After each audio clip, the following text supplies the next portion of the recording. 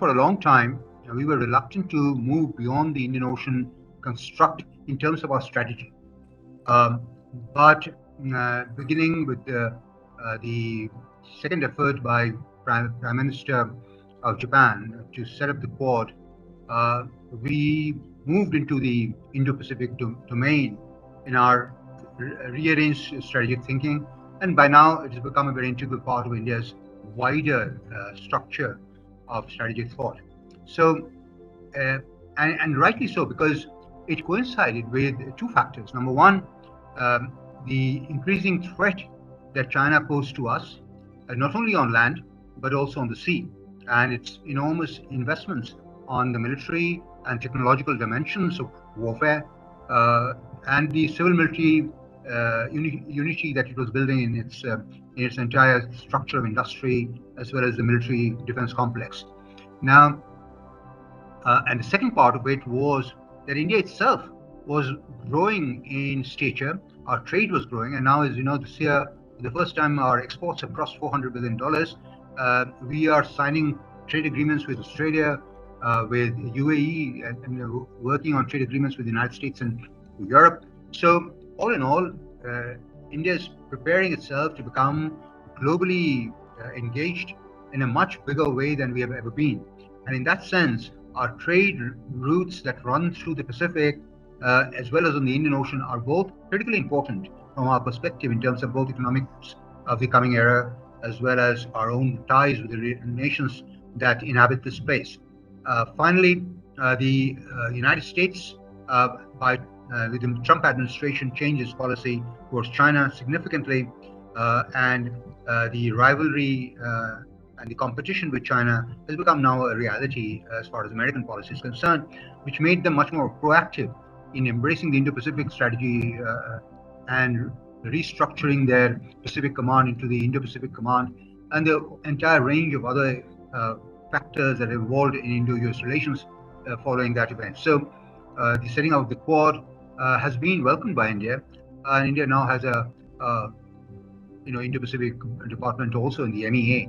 So all in all, great change is taking place in our wider strategic thinking. And just to make the point that what happens in the Pacific sector is not unimportant for India. It's very, very important for India, because the first line of defense as far as Chinese maritime development goes and naval deployment in the Indian Ocean goes is in the Pacific sector. It is in the areas of East China Sea, South China Sea, is in the Taiwan Straits, it's in the Western Pacific, Eastern Pacific beyond that, and going right up to Solomon Islands, etc. So China's growth and control over the so-called first island chain is critically important as far as India is concerned, because if they are bottled up there, then to that extent, their role in the Indian Ocean region and our own environment is further diminished. And therefore, from that perspective, I think it is very important that AUKUS has happened, and that the Americans' alliance system is still there, because that balances China. And though is a fact, as Shoman said so well, that the Americans really have not done much. As long as US-China relations were going great in terms of economic benefits that the American companies drew out of it, they allowed the Chinese to expand territorially into the South China Sea. They did not see it as a threat at that point of time. The Chinese built the artificial islands and the military bases there. So in a way, all this happened in front of the American eyes, and they were allowed to do so. So today, the Americans are concerned about all this. The situation has changed. The fact that the Chinese have built significant submarine capacities as well as overall naval capacities is now very clear, and that the Chinese are not here to be a supplicant to the Americans, but to compete with them, to be a rival to them, is now all out in the open. So in a way, all this makes for a situation where the Sino-US rivalry in the Pacific zone and elsewhere, but specifically in the naval context, maritime context in the Pacific zone, is critically important as far as what happens in the rest of Asia, and particularly in the Indian Ocean and beyond. So from our perspective, we are deeply interested in how the future unfolds in the Pacific, and especially whether AUKUS is in any way meaningful way, be able to balance China in the South China Sea, prevent further encroachment by China into other countries' territorial waters, take over islands and grab territories, and finally, what happens if China moves towards takeover of Taiwan forcibly. Now, the second point, and this is a test case, and I think what happens in Taiwan, as far as China is concerned, if it uses force, is of critical importance from our perspective. And so, all in all, what happens in the eastern part of the Indo-Pacific is very, very important from our own security and strategic thinking as far as the Indian Ocean and the regions around India are concerned. And as India's trade and strategic ties in the Pacific grow with Japan, with Australia, with the United States, then our strategic interest in that area grow as well. And not only that, not in trade, but also in security. And I think Vietnam and Philippines, the BrahMos being sold to Philippines is another important dimension that we have opened up. It opens up possibilities of India's defense trade with Indonesia, Vietnam, and others as well. So all in all, I think that dimension must not be forgotten as an unimportant dimension, but an extremely critical dimension of India. The second part of it is, given the long-term possibility of India's growth, an extremely positive phase is opened up for India. And peace and stability in the Indo-Pacific is of critical importance to us. And if peace and stability in the Indo-Pacific is to be maintained, then China needs to be balanced. China needs to be kept in its place as far as its naval operations and its military operations are concerned. It means they must be deterred, and also they must know what will be the price of any such military adventure. So they've already tried once with India here in June 2020 in an extremely aggressive, unexpected manner. And thankfully, the Indian Army has stood up to it and is now well poised to take on that challenge. But we need to understand, and we must be prepared well, that this is not a simple one-to-one issue as far as the land border is concerned. Well, both the maritime and the continental dimensions are now integral part of this larger play. And the Chinese are also trying to then bottle up India towards the land border rather than focus on the maritime sector, which increasingly is more and more critical as far as Indian security is concerned, given the fact that 90% of our trade goes through, or 95% of our trade goes through that land corridor, sea corridor, and on both directions, both the east and west direction.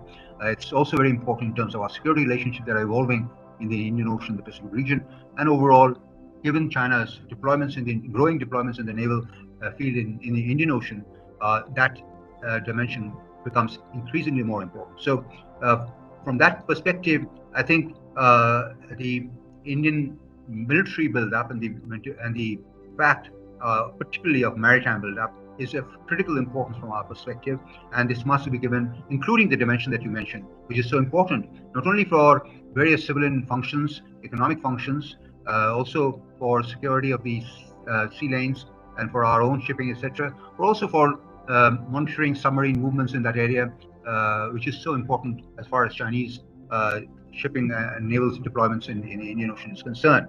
So, and the third dimension, I think, that is important from our side is also to recognize that we won't be able to, at the shortest period of time, do all this on our own. We need partners, and strategic partnerships with the United States, Japan, with France, with Israel, with Australia are very, very important from our perspective in terms of India's capacity building, in terms of India's wider strategic play as far as dealing with China threat is concerned. But not only the China threat, but also other threats that emanate in the Indian Ocean, in the Indo-Pacific region.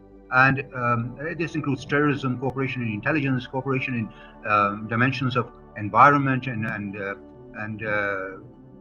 COVID, etc. So supply chains are another very important element of that cooperation. And supply chains have great importance as far as building India's industrial base is concerned. So all in all, I think there are multiple dimensions here in which cooperation with the United States and our Quad partners, and also with European partners, Israel and others, are critically important Japan is a very crucial partner of India, and there are enormous opportunities in technology, in trade, in terms of capital flows. The role that Japan is already playing in terms of India's development are very important. And therefore, I think these partnerships are something that we value and must look forward to. Now, does the setting up of the AUKUS in any way challenge India? I don't think so. I think it's a decision that the Americans, Australians, and the UK have taken in terms of dealing with their own security issues. But as I said, any balancing act vis-a-vis China is something that benefits India and is in the long-term interest of India. And so we, from our perspective, I think AUKUS is a positive development. It might have certainly, create issues here and there for the Chinese, and then cause further tensions. But Chinese also understand the risks involved here, as far as getting into tensions with America directly is concerned. And therefore, what I see is the real challenge is, what does China do in the coming years vis-a-vis Taiwan? And that would be a test case there. So, and finally, I think there is a dimension that we must keep in mind. I think a linear reading of Chinese growth in power and military capacity must also be looked at in more with a question mark. China's current domestic situation, particularly economic situation, is not at all positive. And its growth rates, as you know, is significantly fallen, and it's continuing to fall, particularly given the disruptions that its COVID policies have created for it. The lockdowns in Shanghai is disrupted very badly. Now parts of Beijing and 11 other cities are now in different types of lockdowns.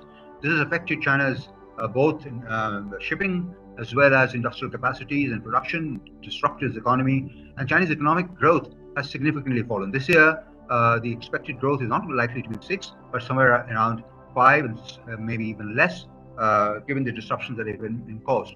And it's compounded by the fact that China's growth currently is deeply promoted artificially by massive investments in infrastructure, and till recently into the real estate. Real estate and infrastructure contribute nearly 29% in real estate and 30% in infrastructure as percentages of GDP. Now, both these have been bloated out of proportion by massive funding and loans given to companies in these areas, both state-led as well as private sector. Now, with the Evergrande collapse and the various real estate companies in deep trouble as a result of China trying to restrain this huge, bloated, debt-led investment structure, the Chinese economy has two major laggards now. And the private sector and the Chinese Communist Party are no more in the same place as they used to be. So we have a situation where there's a great pressure on the Chinese economic growth model. And China is going through that adjustment, and it's not going to be easily solved in the coming years. And finally, the demographic crisis in China is also something that needs to be taken into account. China's workforce is going to decline steadily hereafter. And between 2019 today and 2050, they're likely to lose somewhere around 200 million workers from their workforce and add that number into the senior citizen category, which would mean China's expenditure on welfare and social welfare, etc., would go up from 10% of the GDP to around 30%, 25 to 30%, which is an enormous task at a time when economic growth rates are falling and will not be sustained at higher levels than 6%, certainly anytime more. So we have a situation where China can go on a path of defense building only at great peril to its economy. I do not think this defense expenditure of China is any more sustainable, given the type of problems internally it is facing. So, does it mean there's less threat from China? No, it does not.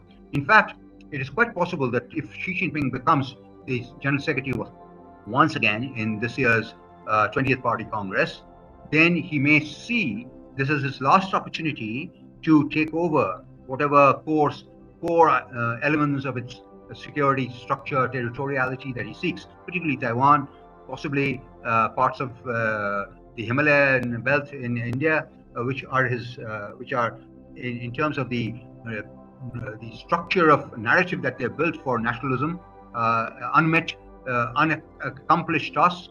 So it is still possible that he will do it, because that is the narrow window of opportunity that remains before even greater domestic problems that I mentioned take over. So that risk remains. And in that case, India's cooperation within the Quad, India's cooperation bilaterally with the partners that I mentioned are all very, very important, even as India's own efforts to build its capacities are stepped up. And these are going on. I think we need to reach front end on technology, front end in infrastructure, and on maritime and other capabilities. These will be done by us, but they will also require our partnerships with the leading countries. And the overall global climate today offers us that opportunity which we must not miss. I think I'll just end by quote Campbell's recent statement, I think last week itself, or a few days ago, where he said that India is a swing country and we must do everything possible, even bent over backward, to get India onto our side. This is an important statement from a person who heads their Indo-Pacific strategy.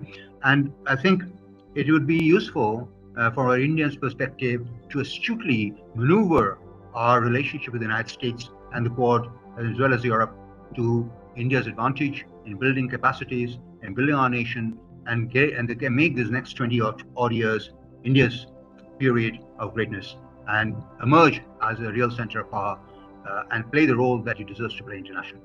Thank you.